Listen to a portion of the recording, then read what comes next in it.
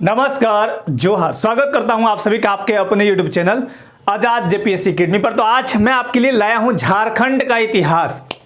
देखिए, झारखंड के 2-3 क्लास मैं पहले भी दिया हूं और उसके पूर्व मैं डिजिटल बोर्ड पे काफ़ी क्लास दिया हूं इतिहास का। लगभग 5-6 क्लास वहाँ भी होगा और 5-6 क्लास वो इंट्रोडक्शन वाले क्लास थे। आज मैं यहाँ पे इस बोर्ड पे यहाँ पे दिखाऊंगा झारखंड का प्राचीन इतिहास, यानी हम प्राचीन काल में झारखंड को पढ़ेंगे। देखिए, कभी भी इतिहास पढ़ते हैं आप तो कहते हैं हिस्ट्री ज्योग्राफी बेवफा, दिन पढ़ो तो रात सफा, लेकिन ऐसा है जरूर। बट इसको दूर करने का मैं थोड़ा सा प्रयास करूंगा।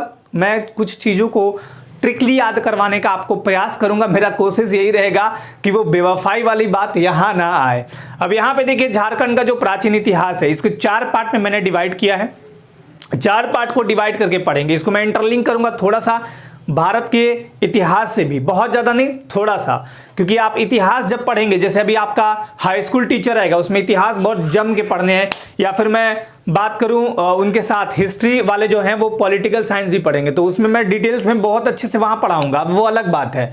बट यहाँ अभी क्या है, ये चूंकि झारखंड का इतिहास और ये इंपॉर्टेंट वीडियो उन सभी के लिए है जो झारखंड के किसी भी एग्जामिनेशन की तैयारी कर रहे हो, चाहे वो जेपीएससी हो, चाहे वो जेएसएससी से संबंधित कोई भी सीजीएल हो, एलडीसी हो, फिर आपका स्टेनोग्राफर हो, कक्षपाल हो, या फिर आपका कांस्टेबल वाला हो, है ना, एक्साइज कांस्टेबल वगैरह, तो उन सब के लिए बहुत इंपॉर्टेंट है। आपका तकनीकी विशिष्ट योग्यताधारी, इन सब के लिए जहां झारखंड पूछे जाते हैं, बहुत इंपॉर्टेंट। और मैं यहां याद करवाने का थोड़ा प्रयास करूंगा, मेरा प्रयास यही रहेगा। तो चलिए स्टार्ट करता हूं।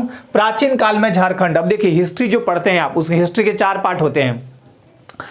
प्राचीन भारत का इतिहास, या यूं कहेंगे प्राचीन, पहले हिस्ट्री को भारत से इंटरलिंक करता हूं। प्राचीन भारत का इतिहास, मध्यकालीन भारत का इतिहास, आधुनिक भारत का इतिहास और विश्व का इतिहास। लेकिन यहाँ वैसा नहीं है, यहाँ वर्ल्ड वाला कोई बात नहीं है। यहाँ आपको पढ़ने प्राचीन भारत का झारखंड मतलब प्राचीन भारत में झारखंड, मध्यकाल में झारखंड और आधुनिक युग में झारखंड। और उसके बाद झारखंड में संबंधित जो चीज़ें हुई हैं, जैसे राज्य निर्माण आंदोलन को लेकर बहुत सारी चीज़ें हुई। यहाँ पे जो जनजातीय विद्रोह आंदोलन, 1857 का रिवोल्ट, सब कुछ उसमें इंक्लूडेड आपको बाद में पढ़ना होता है। यहां पे मैंने 4 पार्ट, मौर्य काल, मौर्योत्तर काल, गुप्त काल और गुप्तोत्तर काल, इसको मैं समझाता हूं। मौर्य काल का जो हेड व्यक्ति है, मौर्य काल के जो संस्थापक है वो चंद्रगुप्त मौर्य है। चंद्रगुप्त मौर्य इतने शक्तिशाली शासक थे कि यदि उस समय अलेक्जेंडर सिकंदर जो 326 बीसी में अटैक किया था भारत के उस वाले छोर पर, उत्तरी वाले छोर पे, यूं कहें कि उत्तर पश्चिम वाले छोर पे, तो वहाँ शायद वो, अगर चंद्रगुप्त मौर्य उस समय राजा होते तो वो उतनी अटैक करने की उनकी हिम्मत नहीं होती अलेक्जेंडर सिकंदर की। ये इतने शक्तिशाली शासक थे कि इनके पूर्व जो शासक थे धनानंद, या यूं कहें घनानंद धनानंद एक ही बात है, तो वो विलासी, भोगी और थोड़ा सा क्रूर शासक टाइप का था, तो उसको भी इन्होंने बहुत बड़ी सेना से रौंद डाला था। और इसमें इनकी महत्वपूर्ण मदद की थी वो थे इनके आचार्य चाणक्य उर्फ कौटिल्य उर्फ विष्णुगुप्त। इसका मैंने कहानी आपको एक वीडियो के माध्यम से सुनाया था। मौर्य काल 322 से बीसी का मतलब बिफोर क्राइस्ट, यानी ईसा पूर्व 322 ईसा पूर्व से 185 बीसी तक चलता है, और मौर्योत्तर काल 185 के बाद चलेगा। गुप्त काल माना जाता है उधर ईसवी वाला टर्म में आ जाएगा, और गुप्तोत्तर काल बाद का। मगध महाजनपद, महाजनपद समझिए क्या होता है, ट्रिकली समझाता हूं, ध्यानपूर्वक समझिएगा। मेरी वीडियो को ध्यानपूर्वक देखा कीजिए, आपको याद चीजें हो जाएंगी, यही मेरा प्रयास होता है। देखिए, सब्जेक्ट को आसान बनाना मैं शुरू से ही, मतलब जैसा CNT SPT मैंने पढ़ाया, बच्चे मुझे सेंटर पे मिले और वो कहने लगे 10 में 10 सर टकर गया। काफ़ी बच्चों के मैसेजेस, फ़ोन भी आए थे कि सर आपका CNT SPT जो पढ़ाया हुआ था, या झारखंड जितना आपने पढ़ाया था, बहुत सारे क्वेश्चन वहाँ हूबहू और दिमाग में थे वो, क्योंकि आपने ऐसा पढ़ाया था। चलिए, वो अलग बात है। लेकिन यहाँ मैं एक चीज़ बताता हूँ, कभी भी कोई वर्ड आता है तो उसको इंटरलिंक कीजिए। देखिए, महाजनपद होता क्या समझिए। महाजनपद टोटल 16 थे। पूर्व के टाइम में जब आप पढ़ते हैं, प्राचीन भारत का इतिहास जब पढ़ते हैं, तो उसमें जो पाषाण काल था उसके पार्ट हैं, फिर हड़प्पा सभ्यता या सिंधु घाटी सभ्यता, उसके बाद फिर आता है वैदिक काल। वैदिक काल के बाद आता है आपका जनपद काल, महाजनपद कह दीजिए। तो महाजनपद 16 थे। जैसे अभी झारखंड, भारत में स्टेट्स कितने, 28 + 8 यूनियन टेरिटरी, उसी तरह हुआ करते थे। अब जनपद और महाजनपद ये समझ लीजिए। जन मतलब एक लोगों का कुछ समूह मान लीजिए, 20, 25 या 50 हो। जनपद थोड़ा उसके डिस्ट्रिक्ट लेवल को समझ लीजिए, और महाजनपद एक स्टेट के जैसा समझ लीजिए। तो 16 महाजनपद थे, जिसमें सबसे इंपॉर्टेंट महाजनपद था मगध। मगध इंपॉर्टेंट क्यों था? मगध पड़ता है बिहार में। मगध महाजनपद इंपॉर्टेंट इसलिए था कि ये सामरिक दृष्टिकोण से, या यूं कहें कि यहाँ पे जो दोनों नदियों के बीच दोआब क्षेत्र था, बहुत ज़्यादा उपज होता था। और याद रखिएगा, आज भी जिस देश के पास, जिस कंट्री के पास अर्थव्यवस्था बहुत अच्छी होगी, वो देश नंबर 1 होगा हर मामले में। भारत की अर्थव्यवस्था उतनी अच्छी अभी भी नहीं हो पाई है जितने वर्ल्ड में कुछ कंट्री के पास है। तो जिस दिन भारत की अर्थव्यवस्था बहुत तगड़ी हो जाएगी, भारत नंबर 1 पे चला जाएगा। अमेरिका का नाम क्यों आता है बार बार कि अमेरिका विश्व शक्तिशाली है? क्यों? उसकी अर्थव्यवस्था बहुत तगड़ी है। वहां का किसान कार से जाता है खेत देखने, हमारे यहाँ का किसान पैर में चप्पल नहीं होते हैं, जूते नहीं होते, टूटा हुआ बेचारे जाते हैं। तो मगध महाजनपद, अब यूं मत समझिएगा कि बात सर कहां से कहां इंटरलिंक करें, मैं समझा रहा हूं, समझिएगा मेरी बातों को। मगध महाजनपद, महाजनपद टोटल 16, सबसे इंपॉर्टेंट कौन था? मगध। मगध बिहार, अब बिहार झारखंड उसमें एक हुआ करता था। तो मगध महाजनपद हेतु झारखंड का इसमें मौर्य काल में बहुत इंपॉर्टेंट रोल रहा था, क्योंकि झारखंड क्षेत्र भी पड़ता था। कौटिल्य या चाणक्य रचित अर्थशास्त्र में, अर्थशास्त्र वो वाला इकोनॉमिक्स मत समझिएगा, ये राजनीति संबंधी, राजा को कब उठना चाहिए, क्या करना चाहिए, कैसे शासन आगे बढ़ाना चाहिए। तो कौटिल्य उर्फ चाणक्य उर्फ विष्णुगुप्त साहब ने एक पुस्तक लिखी थी बहुत फेमस राजनीति के संबंध में, वो था अर्थशास्त्र। और इसी को लेकर कंपेयर किया जाता है मैकियावेली का प्रिंस से। तो कभी आपसे क्वेश्चन ये पूछ दिया जाए कि अर्थशास्त्र की तुलना, यानी कौटिल्य के अर्थशास्त्र की तुलना किससे की जाती है, तो मैकियावेली के प्रिंस से कहिएगा। इसी अर्थशास्त्र में कौटिल्य ने झारखंड को कुकुट या कुकुट देश कहा है। और यहाँ पे गणतंत्रात्मक शासन प्रणाली थी। गणतंत्रात्मक का मतलब क्या होता है कि हमारा राजा जो होगा हमारे अकॉर्डिंग होगा और हम अपना वो शासन व्यवस्था उसी से संचालित करेंगे। गणतंत्र, राजतंत्र खत्म होकर गणतंत्र आया था। गणतंत्र, गण मतलब होता है लोग, तंत्र मतलब एक तरह का शासन, है ना, तंत्र मतलब एक तरह का जाल, तो ऐसा शासन था जो जिसमें लोग आए, है ना। राजतंत्रात्मक मतलब राजा का शासन, राजा जैसे चाहेगा, और उसमें वंशानुगत राजा बनते हैं। जैसे मैं राजा हूं तो मेरा बच्चा राजा बनेगा, फिर उसका बच्चा राजा बनेगा। गणतंत्रात्मक क्या हुआ कि आपने मुझे चुना, फिर किसी और को चुन सकते हैं। कौटिल्य ने बोला है कि इंद्र नामक नदी से हीरे मिले हैं। इंद्र नामक नदी हो है कौन, ये समझ लीजिए। इंद्र नामक नदी शंख और ईब नदी जो है वहां का इलाका बोला गया है इंद्र नामक नदी।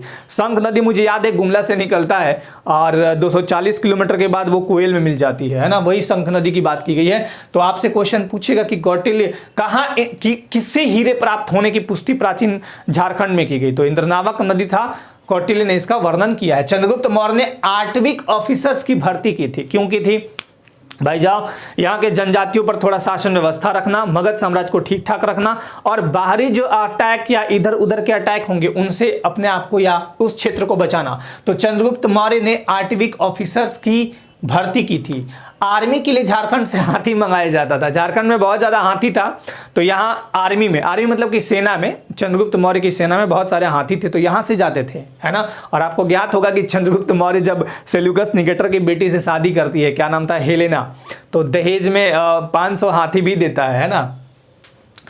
अब देखिए चंद्रगुप्त मौर्य का कार्यकाल क्या होता है। 322 बीसी से बनते हैं भाई साहब ये, और 298 बीसी तक रहते हैं। लेकिन इनका एक बेटा था बिंदुसार, उतना योग्य या लायक नहीं था। एक बात मेरी हिस्ट्री में याद रखिएगा, हिस्ट्री कहता है, और हिस्ट्री से हमें सीखना भी चाहिए, हिस्ट्री कहता है कि यदि शासक बहुत इंपॉर्टेंट है, बहुत मजबूत है, तो उसका बेटा शायद उतना मजबूत नहीं होगा। अगर ऐसा हुआ कि उसका बेटा उतना लायक नहीं है, तो या तो सेनापति राजा बन जाएगा, या फिर उसका बेटा अगर राजा मतलब सेनापति राजा नहीं बना तो उसका फिर जो बेटा था वो राजा रहेगा, लेकिन उसका बेटा यानी राजा जो इंपॉर्टेंट था उसका बेटा नलायक निकल गया। लेकिन इस नलायक का जो बेटा आएगा वो इतिहास में नाम अमर कर जाएगा। ऐसा आम तौर पे देखा गया। मुझे याद है, आप बाबर को पढ़िए, बाबर का बेटा हुमायूं उतना योग्य नहीं था। अगर योग्य होता तो उसी बाबर की आर्मी का एक सैन्य नेता या मतलब कमांडर कह लीजिए, या सेना कह लीजिए, सेना का एक लीडर कह लीजिए, शेरशाह सूरी हुमायूं को ऐसे नहीं नचा देता, क्योंकि शेरशाह सूरी जो था पूरे टेक्निक को समझता था।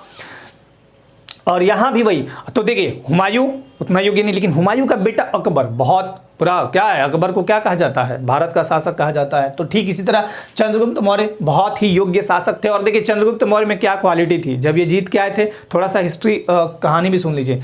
जब ये जीत के आए थे और जब घनानंद को मार दिए थे, तो तलवार ऐसे रख के और अपने गुरु को कहते हैं यानी चाणक्य को कि महाराज लीजिए मेरा काम हो गया और मैं चला अपनी माता मूरा के पास। तो फिर ये रिक्वेस्ट करते हैं, कहते हैं कि मुझे गुरु दक्षिणा दो। तो चंद्रगुप्त मौर्य समझ जाता है, ठीक है, वो राजा बन जाता है। राजा बनता है, फिर इसका बेटा बिंदुसार को एक दिन बुला के बोलता है कि बेटा देखो ऐसा है, लो तलवार, लो मुकुट और लो राज्य काज की चाबियाँ, पकड़ो। मैं चला श्रवण बेलगुला कर्नाटक जैन धर्म, वहीं जाके सलिखना विधि से निर्वाण प्राप्त किए। मतलब डेथ हो गई इनकी। तो इसके बाद बिंदुसार बहुत रोल नहीं कर पाया, तो चंद्रगुप्त मौर्य का कुछ हद तक इस पे आपका प्रभुत्व रहा झारखंड पे। अशोक बिंदुसार का बेटा था। बिंदुसार जब आया, अशोक जब आया 273, अब देखिए अशोक 322 से 298 चंद्रगुप्त मौर्य, 298 से 273 बीसी बिंदुसार। लेकिन बिंदुसार के बाद जब अशोक उनका बेटा आता है तो अशोक 273 से लेके और 269 बीसी यानी 4 साल गृह युद्ध किया, 99 भाइयों की मर्डर की थी, अब ये हिस्ट्री बताता है, और 232 तक शासन किया। अशोक का झारखंड की जनजातियों पर अप्रत्यक्ष रूप से नियंत्रण रहा था। अशोक को महान सम्राट कहा जाता है क्योंकि इसमें पूरे भारत की जनता को एक सूत्र में पिरो कर रखा था। अशोक इतना इंपॉर्टेंट शासक था। और इसके 13वें शिलालेख में, जो कि बहुत बड़ा शिलालेख माना जाता है, बहुत इंपॉर्टेंट शिलालेख है जिसमें कलिंग युद्ध का वर्णन भी है। 13वें शिलालेख में 8वीं या आठविक प्रदेश, ध्यान रखिएगा कि यहाँ पे आठविक ऑफिसर था, यानी पदाधिकारी की नियुक्ति करी गई थी चंद्रगुप्त मौर्य के द्वारा, ठीक। और यहाँ 13वें शिलालेख में 8वीं या आठविक प्रदेश ये था कहाँ, तो बघेलखंड यानी छत्तीसगढ़ से लेके उड़ीसा के समुद्री तट वाला इलाका को माना जाता था आठविक प्रदेश, तो उसका वर्णन है, ठीक है। आठविक प्रदेश, अब ये देखिए कलिंग का जो शिलालेख है, यानी शिलालेख जो है 2 नंबर, वो आठविक प्रदेश के ट्राइब्स यानी यहाँ के जनजातियों को धर्म का आचरण करना चाहिए, है ना। धर्म मतलब कि एक तरह से अच्छे से जीवन बिताइए। अशोक ने झारखंड में बौद्ध धर्म के प्रचार प्रसार हेतु रक्षित नामक पदाधिकारी को भेजा था। एक बात और याद रखिएगा, अशोक के बेटा बेटी, एक है संघमित्रा और एक है क्या नाम था, महेंद्र, इनको नेपाल और श्रीलंका भेजा था बौद्ध धर्म के प्रचार प्रसार के लिए। अशोक जितना लड़ाई करने में एक्सपर्ट था, जितना अशोक के पास मतलब ये कुशलता थी, दक्षता थी, शायद इनके दादाजी के पास से ही एक तरह से आया, या यूं कहे कि अपने आप को बहुत आगे बढ़ाए, रणनीतिकार थे बहुत बढ़िया।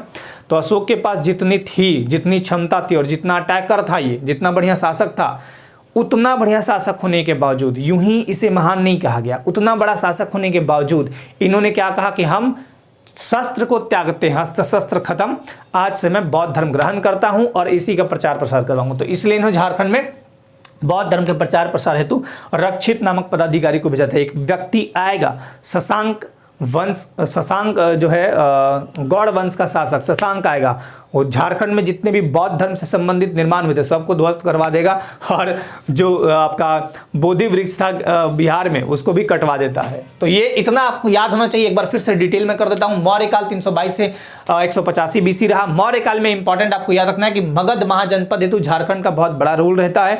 यहीं से हाथी जाती है चंद्रगुप्त मौर्य की सेना में। कौटिल्य और या चाणक्य जो रचित अर्थशास्त्र है उसमें झारखंड को कुकुट या कुकुट देश कहा गया है, और इसी में गणतंत्रात्मक शासन प्रणाली की बात की गई है। कौटिल्य कहते हैं कि इंद्रनावक नदी जो शंख और ईब नदी का क्षेत्र था, वहां से हीरे प्राप्त होने के वर्णन मिले हैं। चंद्रगुप्त मौर्य ने इन क्षेत्रों में आठविक ऑफिसर्स को भेजा था, और ये इसके बाद फिर अशोक जनजातियों पर अप्रत्यक्ष नियंत्रण डायरेक्ट ना करके, अप्रत्यक्ष क्या होता है कि हम खुद ना करके किसी और के थ्रू करवा रहे हैं। 13वें शिलालेख में आठविक प्रदेश यानी बघेलखंड से उड़ीसा तक का जो क्षेत्र था उसका वर्णन मिलता है। और कलिंग के शिलालेख 2 में आपको देखने को मिलेगा कि आठविक प्रदेश में जो ट्राइब्स थे, आठविक प्रदेश मतलब क्या, झारखंड वाला पार्ट, तो जो यहाँ पे ट्राइब्स थे उसको धर्म के आचरण करना चाहिए। अशोक ने झारखंड में बौद्ध धर्म के प्रचार प्रसार हेतु रक्षित पदाधिकारी को भेजा था। अब मौर्योत्तर काल समझ लीजिए। मौर्योत्तर काल में थोड़ा सा क्या हुआ था कि यहाँ तक तो शासन ठीक था, यहाँ विकेंद्रीकरण आ गया, मतलब लूट खसोट वाला आ गया। कई शासन आए, शुंग वंश, कण्व वंश, सातवाहन वंश, आंध्र सातवाहन वंश। तो मौर्योत्तर काल विकेंद्रीकरण काल का युग था। पश्चिम उत्तर भारत के कुषाण, शक, पल्लव आदि के अटैक हुए, है ना। उसके बाद अटैक होने के बाद क्या हुए, इसी काल में जारी किए गए सिक्के। मौर्य काल के बाद बहुत सारे आते हैं जिनका मैंने नाम लिया, कौन सा, शुंग वंश, कण्व वंश, सातवाहन वंश, आंध्र सातवाहन। उसके बाद फिर ये सारे आते हैं। इस काल में जारी किए गए कुछ सिक्के हैं, जैसे कुषाण, शक, पहलव, ये सब आए थे दक्षिण और पश्चिम और उत्तर से। रांची में ये तीनों याद कर लीजिएगा। रांची से क्या प्राप्त हुआ है, तो कुषाणकालीन सिक्के, यानी लगभग यहाँ पे कनिष्क का प्रभाव था, है ना। कुषाण वंश का जो प्रतापी शासक था कनिष्क, उसका प्रभाव था। और सिंहभूम से रोमन साम्राज्य के सिक्के प्राप्त हुए। चाईबासा से इंडो-सिथियन सिक्के प्राप्त हुए। एक बार फिर से रिपीट करता हूँ, रांची से कुषाणकालीन सिक्के प्राप्त हुए, सिंहभूम से रोमन साम्राज्य के सिक्के, और चाईबासा से इंडो-सिथियन सिक्के। बात करता हूँ यहाँ पे गुप्त काल। गुप्त काल को बोला जाता है भारत का स्वर्ण युग कहा जाता है। इसके पीछे भी कई मान्यताएं हैं। स्वर्ण युग कहने का मतलब कि एक तो सोने का भी यहाँ पे बहुत सारा सिक्का ढाला गया था, दूसरा सबसे इंपॉर्टेंट कि ये जो काल था, मतलब कभी हिस्ट्री बढ़िया से मैं पढ़ाऊंगा तो पूरा डेप्थ में दिखाऊंगा, ये जो काल था वो अंधकार वाला काल था। मतलब यहाँ के ऐसे शासक थे अंटू पंटू टाइप के कि बाहरी अटैक अगर उसमें बहुत बढ़िया से होता तो शायद ये सब मारे गए होते और पूरा भारत को लोग लूट के ले जाता। हालांकि वैसा हुआ नहीं, यहाँ छोटे छोटे शासक आए और कोई भारत को उस तरह का शासक मिला ही नहीं। अब आप खुद सोचिए कि झारखंड में आप रहते हैं, झारखंड का अगर सीएम ही ठीक ठाक ना मिले तो झारखंड की दुर्दशा हो जाएगी। तो झारखंड का सीएम एकदम बेकार मिल जाए, मान के चलिए एक बात, या झारखंड का राजा यूं कह ले उस समय एकदम बेकार मिलते जाए, बेकार के बाद फिर बेकार, बेकार के बाद फिर बेकार, तो झारखंड की दुर्दशा हो जाएगी। उसके बाद एक बहुत अच्छा शासक आ जाए स्ट्रॉन्ग, तो फिर उसको स्वर्णकाल कहते हैं। झारखंड में मुंडा महतो पाहन प्रथा गुप्त काल की ही देन है। भारत का नेपोलियन कहते हैं समुद्रगुप्त। लेकिन एक सवाल आता है कि भारत का नेपोलियन समुद्रगुप्त को किसने कहा था? तो देखिए एक व्यक्ति का नाम याद रखिएगा, विंसेंट स्मिथ। विंसेंट स्मिथ ने भारत का नेपोलियन समुद्रगुप्त को कहा था। समुद्रगुप्त को भारत का नेपोलियन क्यों कहा था? दक्षिण भारत में जो कई राजा थे, 12 राजाओं, 12 जो दक्षिण भारत के और उत्तर भारत के कुछ राजा थे, उनको पटक पटक के ये पीटा था समुद्रगुप्त। समुद्रगुप्त का कार्यकाल अगर आप देखें तो 350 से 375 ईस्वी तक रहता है। अभी ईस्वी वाला टाइम आ जाएगा, 350 से 375 ईस्वी वाला टाइम रहता है समुद्रगुप्त का। उसके बाद 375 से 415 ईस्वी तक का काल। इसके बाद एक राजा आएंगे चंद्रगुप्त विक्रमादित्य यानी 2 कह लीजिए, है ना। इसके विजय को हरिशेन ने, ये बहुत ही इंपॉर्टेंट, बहुत बार एग्जामिनेशन में पूछा गया कि प्रयाग प्रशस्ति के लेखक कौन है, तो प्रयाग प्रशस्ति में वर्णन किया है इन्होंने। और प्रयाग प्रशस्ति में ऐसा वर्णन हरिशेन ने किया है कि छोटा नागपुर को मुरंड देश कहा गया है। छोटा नागपुर को मुरुंड देश। वायु पुराण में मुरंड, वायु मुड़ को मुर कह दीजिए, वायु मुड़ तो मुर हो गया। और मुरुंड ये हरिशेन ने कहा है प्रयाग प्रशस्ति में। यह 8वीं क्षेत्र का ही हिस्सा माना जाता था। मुरुंड देश छोटा नागपुर को कहा गया। किसने कहा? तो हरिशेन ने प्रयाग प्रशस्ति में इसका वर्णन किया। चंद्रगुप्त द्वितीय या विक्रमादित्य एक ही बात है, जो कि 375 से 415 ईस्वी तक शासन करते हैं भारत में। शासन काल में, इन्हीं के शासन काल में 405 ईस्वी में एक यात्री भटकते हुए आया, चीनी यात्री फाहियान। अब देखिए फाहियान आता है, इसने झारखंड को कुकुटलाड कहा। क्या कह दिया? झारखंड को कुकुटलाड कहा। पहली बार मंदिर निर्माण प्रणाली स्टार्ट हुई थी इसी गुप्त काल में। तो मंदिर निर्माण प्रणाली अगर पूछेगा कि कब स्टार्ट हुई, तो गुप्त काल की देन थी। और ये मंदिर कुछ इंपॉर्टेंट है, इन्हें याद करना है आपको। मधुरी पहाड़ी हजारीबाग, पत्थर काटकर मंदिर निकाले गए, यहाँ से पत्थर काट के मंदिर जो बनाया गया उसको दिखाया गया। सतगावा हजारीबाग, तो मधुरी सतगावा हजारीबाग, मधुरी और सतगावा हजारीबाग, 1000 बागों का शहर हजारीबाग। मंदिर के अवशेष यहाँ से मिले हैं। पिठौरिया रांची में पहाड़ी परिस्थिति, यहाँ से कुएं प्राप्त हुए हैं। अब बात करता हूँ गुप्तोत्तर काल। यहाँ पे 2 वंश हैं, एक तो है आपका बंगाल का गौड़ वंश और दूसरा थानेश्वर का वर्धन वंश। बंगाल का गौड़ वंश जो है उसका प्रतापी राजा है आपका शशांक, और थानेश्वर का वर्धन वंश उसका प्रतापी राजा है हर्षवर्धन। हर्षवर्धन बहुत अच्छा राजा था, एक हिंदू राजा था और बहुत ही इसने बहुत अच्छा काम भी किया था। और रत्नावली और क्या क्या है, रत्नावली और 2-3 इनका लिखा हुआ कुछ है, मुझे भी दिमाग में नहीं आ रहा। गौड़ शासक शशांक ने संपूर्ण झारखंड पर नियंत्रण किया। ये बहुत इंपॉर्टेंट है। गौड़ शासक था, वो बहुत थोड़ा सा तेज तर्रार था और संपूर्ण झारखंड पर इसने नियंत्रण किया शशांक ने। बड़ा भूम परगना का बड़ा बाजार, या यूं कहे कि हम पाटकुम परगना का दलमी, तो पाटकुम परगना का दलमी कह लें या बड़ा भूम परगना का बड़ा बाजार, जो कि स्वर्णरेखा नदी के किनारे वाला इलाका है, इसको अपनी राजधानी बनाई थी शशांक ने। प्राचीन भारत में पहला ऐसा शासक जिसने झारखंड में अपनी राजधानी बनाई शशांक था।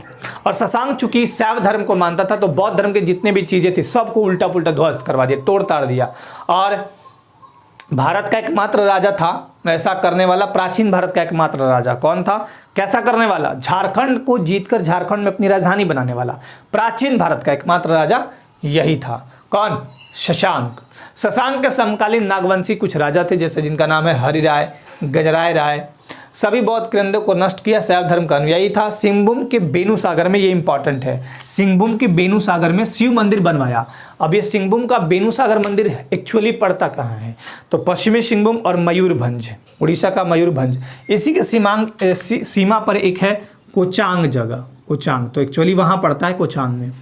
हर्षवर्धन के साम्राज्य, अब हर्षवर्धन की बात करते हैं, साम्राज्य में कांजागल राजमहल का कुछ भाग जिसको कांजांगल बोलते थे, उस पर आधिपत्य किया। यानी यूं कहें कि हर्षवर्धन का पूरे झारखंड पर आधिपत्य ना होकर उधर वाला, जैसे संथाल परगना का जो एरिया है उधर ऊपर है ना, ऊपर जिसमें आपका राजमहल वाला क्षेत्र आता है, राजमहल का कुछ पार्ट कांजागल, उस पर ये मतलब प्रभुत्व स्थापित किया था।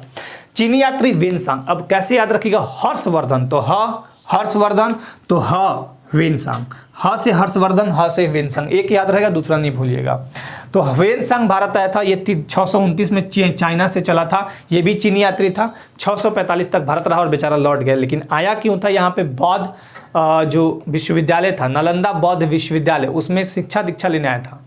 तो यहाँ पे आया और आने के बाद एक ग्रंथ लिखा CU की, और इसे लोग बोलते हैं कि भाई ये बहुत यात्रियों का राजकुमार था, वर्तमान शाक्य मुनि था। तो इतनी बातें आपको यहाँ से याद रखनी है। और इसके बाद फिर नेक्स्ट एपिसोड में, अगला एपिसोड जो आएगा वो प्राचीन के बाद फिर मध्यकालीन आएगा, थोड़ा और उसको डिटेल्स में मैं करूँगा। तो इतनी बातें आप एक बार अच्छे से देखिएगा तो लगभग याद हो जाएंगे। फिर भी आपके कोई डाउट रह जाते हैं, कोई क्वेश्चन रह जाते हैं, तो आपके कमेंट सादर आमंत्रित हैं। अपने लाइफ में स्वस्थ रहिए, मस्त रहिए, व्यस्त रहिए। आज के लिए धन्यवाद। जय हिंद।